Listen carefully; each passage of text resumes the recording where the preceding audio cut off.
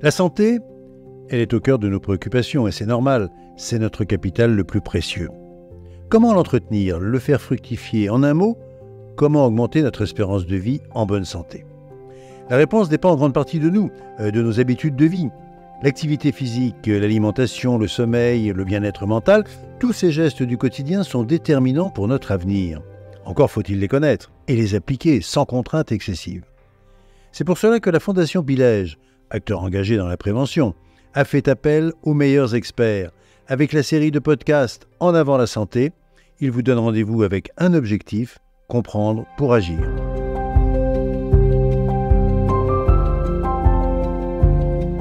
Bonjour, je suis Jean-Michel Delisle, je suis psychiatre et dans les 5 épisodes de ce podcast, je vais vous parler des addictions. Les addictions, évidemment, c'est un problème actuel, c'est un problème très sérieux qui concerne tout le monde. On parle évidemment de tabac, on parle d'alcool, on parle de drogue, mais on parle aussi de jeux d'argent. On parle aussi parfois d'addiction au sport, parfois d'addiction sexuelle, d'addiction aux achats. On voit que tout semble être addiction. Et en fait, on se rendra bien compte qu'il y a un cœur, qui sont des personnes réellement en souffrance et qu'il s'agit d'aider. Pourquoi moi je me suis intéressé à ces questions d'addiction? En fait, c'est un peu comme souvent dans la vie, le hasard des rencontres. J'étais à l'époque jeune psychiatre interne à l'hôpital psychiatrique de Bordeaux. Et en fin d'internat, mon patron, mon chef de service, le professeur Bourgeois, m'avait dit « Tiens, puisque tu as l'air de t'intéresser aux personnes qui viennent dans le service pour des cures de sevrage aux opiacés, tu devrais aller faire un séjour dans une association à Bordeaux, le CUID, qui accueille justement des toxicomanes. Ça te fera une expérience et c'est quelque chose qui devrait durer 3 mois, à peu près 3 mois à mi-temps, en complément de l'hôpital. » Et j'y suis resté puisque c'était en 1986, donc il y a près de 40 ans. Ma grande surprise en arrivant dans ce centre, c'est que alors que j'étais jeune psychiatre avec des idéaux de désasilisation, comme on disait à l'époque, on était influencé par un vol au-dessus de nid de coucou, donc on essayait d'avoir une relation plus proche, moins verticale avec les patients. Là, j'étais accueilli par un patient, justement, par un usager de drogue qui avait à peu près mon âge, qui me tutoyait et qui commençait à me dire que finalement, il allait m'aider à découvrir ce que c'était vraiment le monde des addictions en allant avec moi dans la rue pour me rencontrer ses copains. Et du coup, ça a été une révélation parce que je m'étais rendu compte que, alors que j'avais l'image un peu standard du toxico, un peu dangereux, un peu impulsif, un peu menaçant, etc., on se rendait compte qu'à partir du moment où on avait une rencontre plus proche, plus horizontale, de respect mutuel, à ce moment-là, au contraire, c'était des personnes extraordinairement attachantes. Et c'est ainsi peut-être que je me suis accroché moi-même au champ des addictions.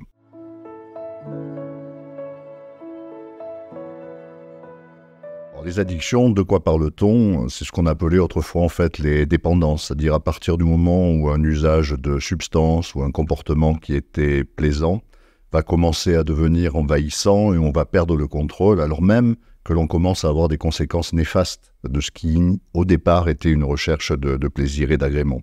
On va commencer à avoir des épisodes d'ivresse, on va avoir des problèmes de comportement, on va avoir des problèmes au travail, on va avoir des problèmes relationnels, et pour autant, on n'arrive pas à reprendre le contrôle et à consommer de manière contrôlée. C'est exactement ça, une addiction, c'est fondamentalement cette perte de contrôle.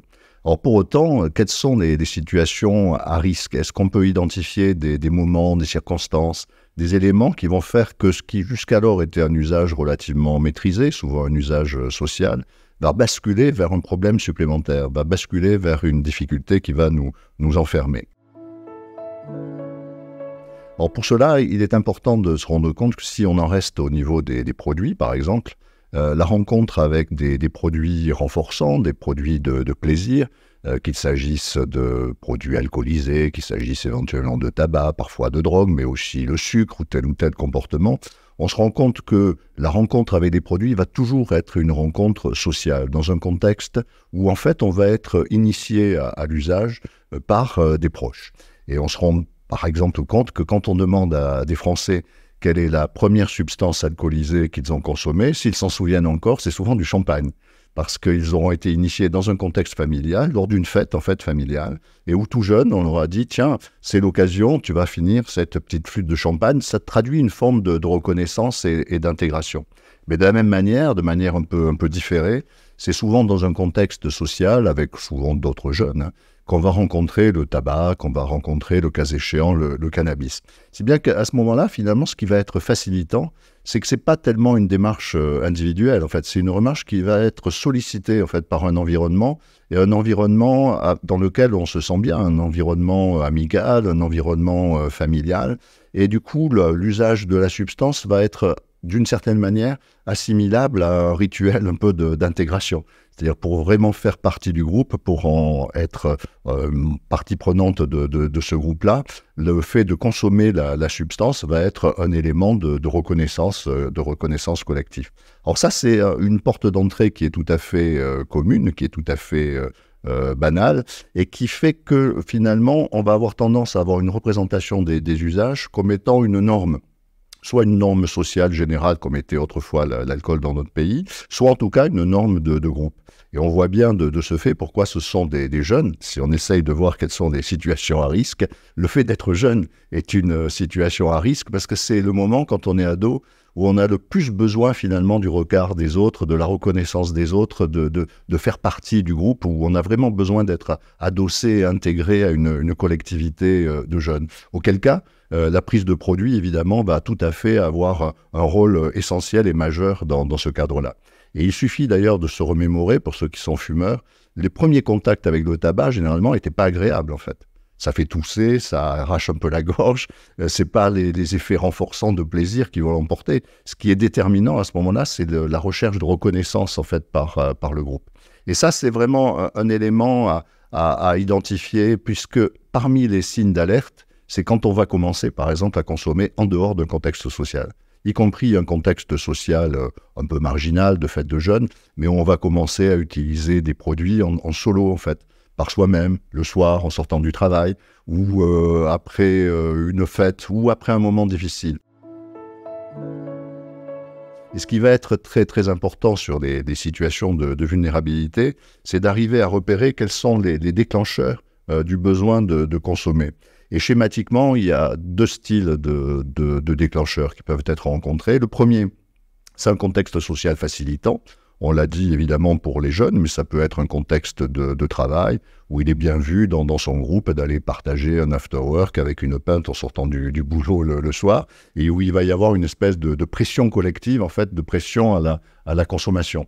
Ce qui fait qu'insensiblement, on va voir que certains d'entre nous vont commencer vers 5h, vers 5h30, vers 6h, à commencer à anticiper et à penser à ce moment-là, et où ça va plus être simplement une opportunité de rencontre, mais on va commencer à avoir dans la tête, tiens, c'est bientôt l'heure d'y aller. Ou quand on rentre chez soi après une journée de travail, on va boire un petit verre de chardonnay pour faire baisser la pression, et où on se rend compte qu'à certains moments, chez certaines personnes, ça va commencer à être anticipé. Ils vont commencer à y penser 1 heure avant, 1h30, commencent à regarder l'heure, puis bientôt c'est plus 17h, c'est 16h30, etc.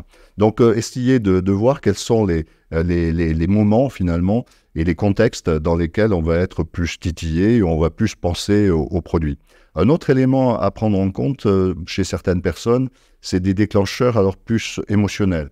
Alors émotionnels positifs ou négatifs.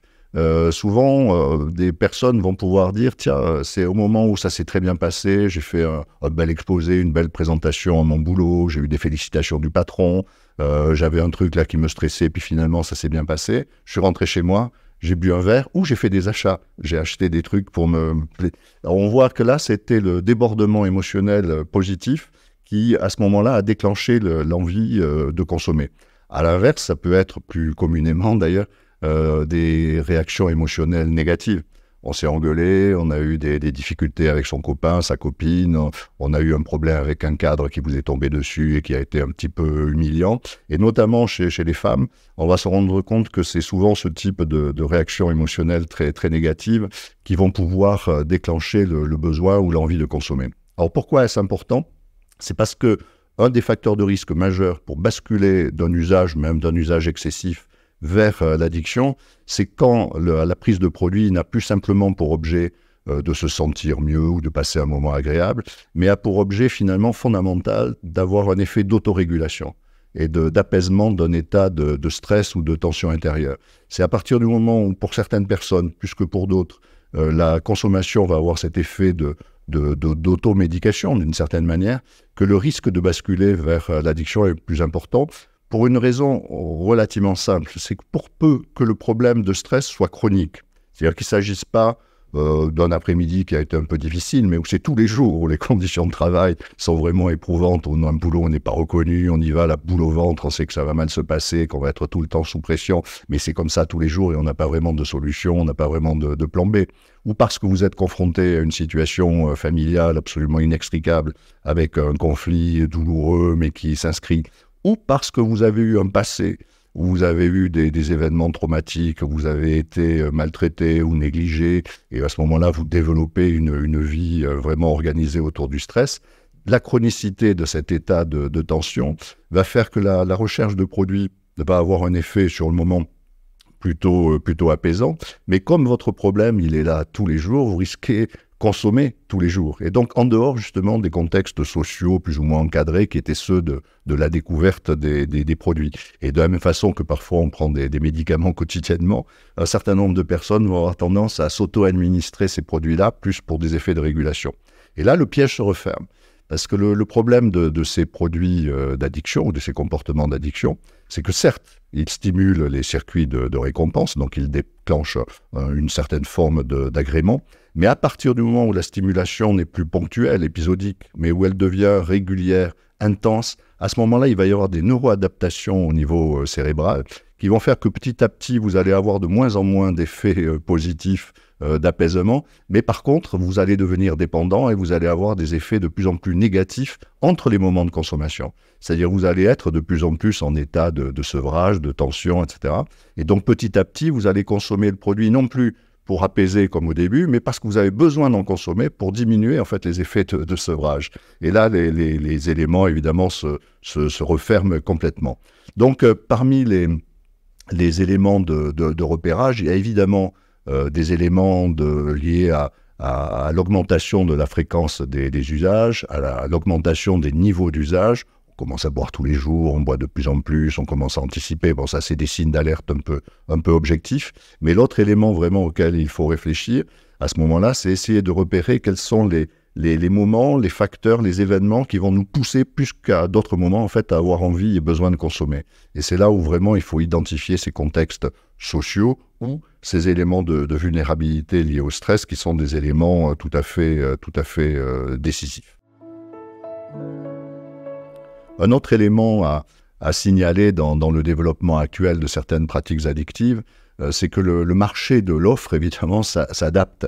On sait qu'une bonne partie de la population se méfie quand même des addictions, se méfie évidemment de la drogue, ce qui fait que de plus en plus les circuits de distribution, mais aussi les circuits d'une certaine manière de marketing de l'offre addictive, essayent d'avoir une proposition qui soit beaucoup plus acceptable, moins menaçante, plus banale. Et c'est ainsi, historiquement, je me souviens quand étaient apparus les premiers comprimés d'ecstasy au milieu des années 90, on était très, très surpris nous-mêmes, on était habitués à des produits quand même beaucoup plus inquiétants, a priori, l'héroïne intraveineuse, en fait, des choses comme ça. Et là, tout d'un coup, on se retrouvait avec des petits comprimés roses, avec des smileys, des choses tout à fait sympas. Et on voit comment le marché, en fait, s'était adapté pour essayer de rendre banal et ludique, en fait, un mode d'entrée dans des produits, la MDMA, qui sont quand même des dérivés amphétaminiques, donc gros perturbateurs au plan psychique, et des produits qui sont également addictifs. Et cette dynamique-là, en fait, c'est poursuivi avec une tendance à avoir des produits qui vont être présentés de manière extrêmement banale en milieu festif, y compris parfois avec la cocaïne, maintenant qui est de plus en plus présente, qui a toujours été plus ou moins présente, mais vraiment dans les milieux plutôt médias, jet-set, etc., et qui maintenant fait tache d'huile en milieu festif, qui là aussi va être présenté souvent par des copains en disant « tu vas voir, ça c'est super, ça donne la pêche, on va passer une bonne nuit, tu n'auras pas besoin d'être ivre après avec l'alcool, tu vas bien tenir, tu vas être en pleine forme, tu vas être tonique même au boulot, tu vas avoir confiance en toi, tu vas pouvoir parler facilement, etc. » On voit vraiment des produits qui sont présentés de manière tout à fait banale, proche, simple. Et alors, dernièrement, et puis ça a été amplifié évidemment depuis les périodes de confinement, un des freins peut-être pour beaucoup de personnes dans l'accès aux drogues illicites, c'est qu'ils n'avaient pas envie de côtoyer le marché noir avec tout ce que cela peut avoir d'inquiétant. Les quartiers, enfin, l'actualité ne cesse d'évoquer les difficultés liées au monde du deal avec des dizaines de morts à Marseille. Bon, tout ceci rend prudent le consommateur standard. En revanche, maintenant, vous avez la possibilité d'être livré à domicile avec des personnes qui vont vous apporter des produits. Vous avez la possibilité aussi de commander des produits de synthèse sur Internet qui vont être livrés par Colissimo chez vous. Enfin, on est dans une dynamique vraiment d'ubérisation, effectivement, de la distribution de produits qui rend les personnes moins prudentes, puisque finalement, c'est présenté d'une manière très, très banale.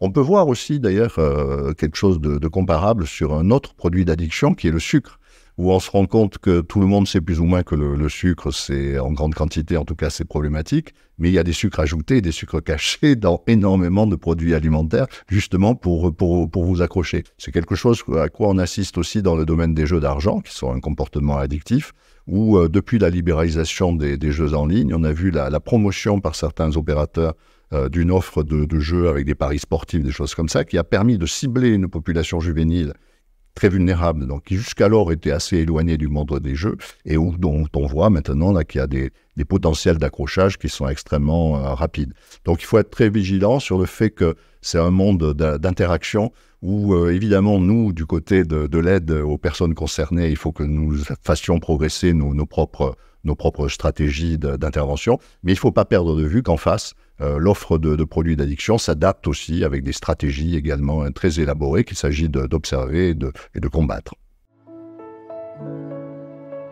Donc les situations à risque de bascule vers l'addiction, vers la perte de contrôle, sont pour l'essentiel liées au stress chronique que traversent des personnes qui vont utiliser à ce moment-là un produit de détente ou de plaisir, non pas tant pour passer un bon moment et faire la fête, mais pour essayer de réduire, d'apaiser, de soulager cet état de tension et de stress, retrouver un meilleur sommeil, ne plus être envahi de pensées négatives.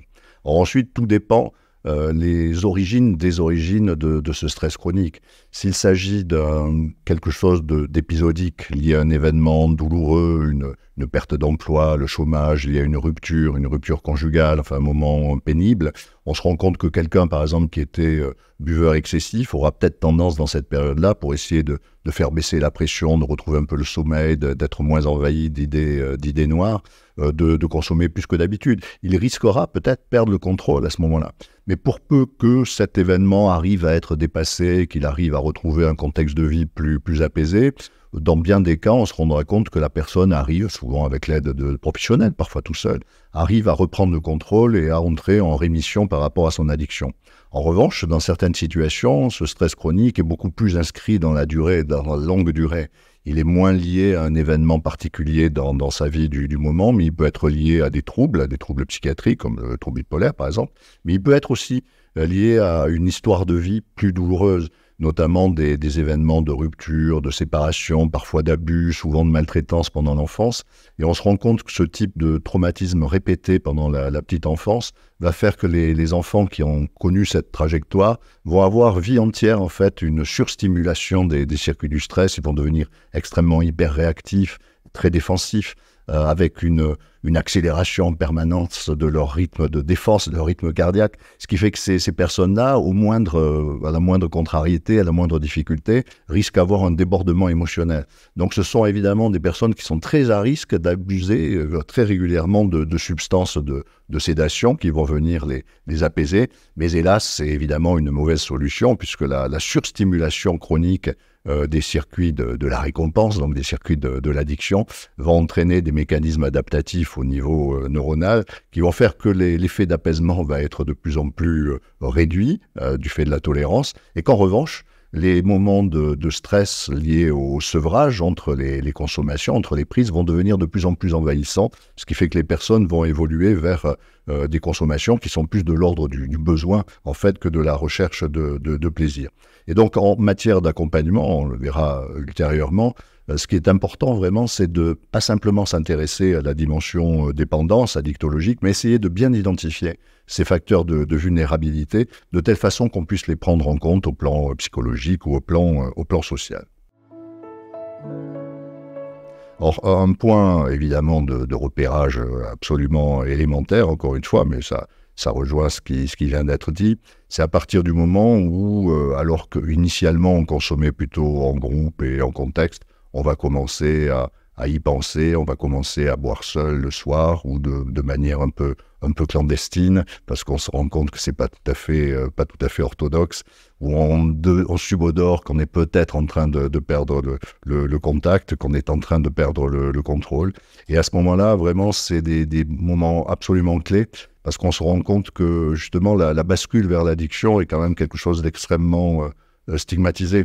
Ce qui fait qu'on sait bien que c'est mal vu de négliger finalement des obligations familiales ou professionnelles au bénéfice seul d'une recherche apparemment de plaisir, de détente, d'apaisement, d'évasion. Ce qui fait que les personnes qui sont en train de perdre le contrôle, souvent en ont honte en fait, et ont beaucoup de difficultés pour essayer de s'avouer finalement qu'ils sont en train de perdre le contrôle à eux-mêmes, mais aussi évidemment de pouvoir en parler aux autres. C'est pourquoi il est vraiment décisif, quand on est un membre de l'entourage d'une personne qui est en train de perdre le contrôle, il est absolument décisif avec affection et intérêt pour lui, d'attirer peut-être son attention sur le fait qu'il est en train de déborder, mais attirer son attention de manière non véhémente, pas sur le ton du reproche, mais plutôt sur le ton de l'entraide et de la compréhension et de la bienveillance. C'est tout ce que nous essaierons d'aborder lors de l'épisode prochain, c'est-à-dire comment se comporter face à quelqu'un, un proche ou quelqu'un que vous croisez, qui est peut-être en train de perdre le contrôle, comment l'aider à prévenir le risque de bascule vers l'addiction. Ce podcast vous a été proposé par la Fondation Pilège, acteur engagé dans la prévention et la médecine des modes de vie. Pour être informé des prochains épisodes, abonnez-vous à notre chaîne. À bientôt.